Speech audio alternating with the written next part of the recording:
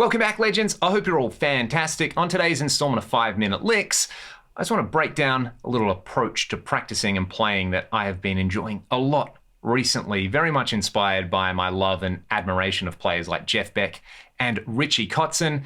And you've no doubt tried this at some point, whether you did it as a complete beginner, learning something like Smoke on the Water for the first time, or whether you dropped your pick at your most recent gig and you had to get by for 8 bars without using your pick. You can kind of see where we're going with this, but I'm going to noodle over a backing track really quickly. You'll notice something about my approach between the first half and the second half. Check it out.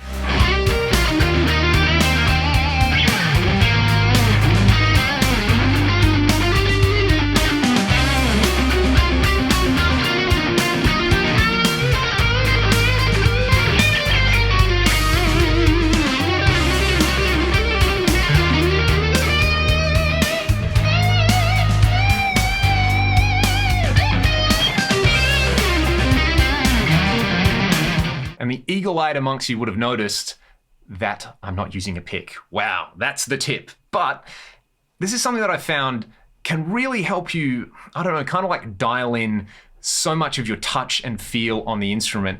Even if you prefer to play with a pick 99% of the time like I do, if you start off your practice routine by just not using a pick and then figuring out how to do the stuff you normally do without it. An example might be, I love the 80s, surprise, surprise, just like I love lots of delay, gain, and reverb on my guitar sound. No big surprise there. But you take a kind of classic rock riff, like maybe something like Stand Up and Shout by Dio.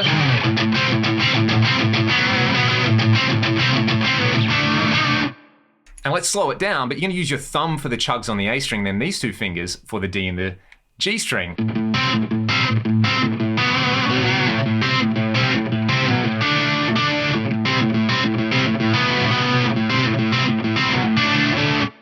Other examples would be like, Lagrange by ZZ Top, or Tush by ZZ Top is a great one to play like this.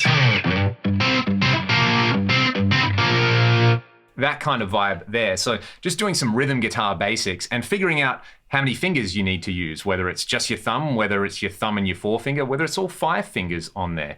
It's a really interesting approach, and you'll find it immediately shuts off certain things that you might be really used to doing. Like for me, if I'm playing guitar live, one of my go-to things is to just pick as fast as I can and do a bunch of Paul Gilbert intense rock licks.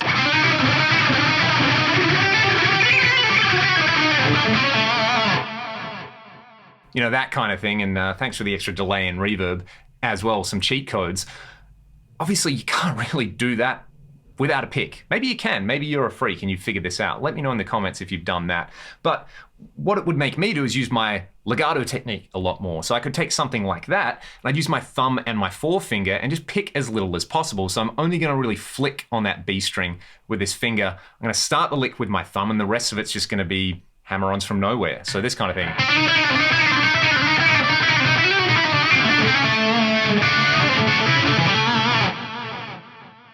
Another thing which feels great are double stops like that, and just kind of raiding the treasure trove of classic blues and country licks, this kind of thing, and leaving the delay and reverb on.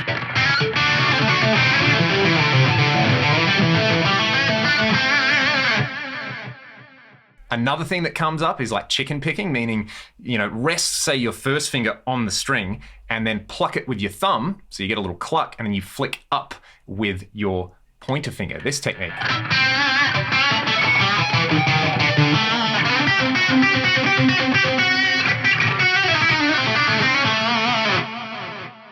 Really, really awesome. The other lick that I like to practice is this good old classic rock cliche. I call it the Michael Schenkel lick, this one.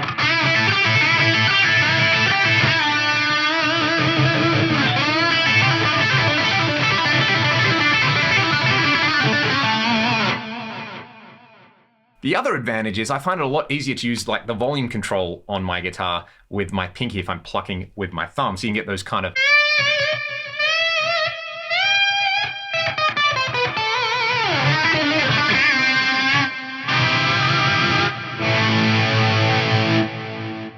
all those fun little effects on there. And it is nice to just feel the guitar. A lot of guitars are pretty ergonomic instruments, and re-engaging with that touch from your picking hand, as well as your left hand, it's just kind of a nice thing. It's a nice thing to hold a guitar. And then when you go back to using a pick, you feel like Superman because you can pick all those fast passages again. So that's something I've been playing around with a lot. Let me know if this is something that you ever do. Let me know if you've never done this. And if you try it for the first time, I would love to hear from you. As always, if you want to support the channel, bunch of links in the video description. Come and talk about this in the Discord server. There's an invite in the video description as well. Leave a comment, like, subscribe, all that kind of stuff, and have a great new year. Take care of yourselves. I will see you all very soon.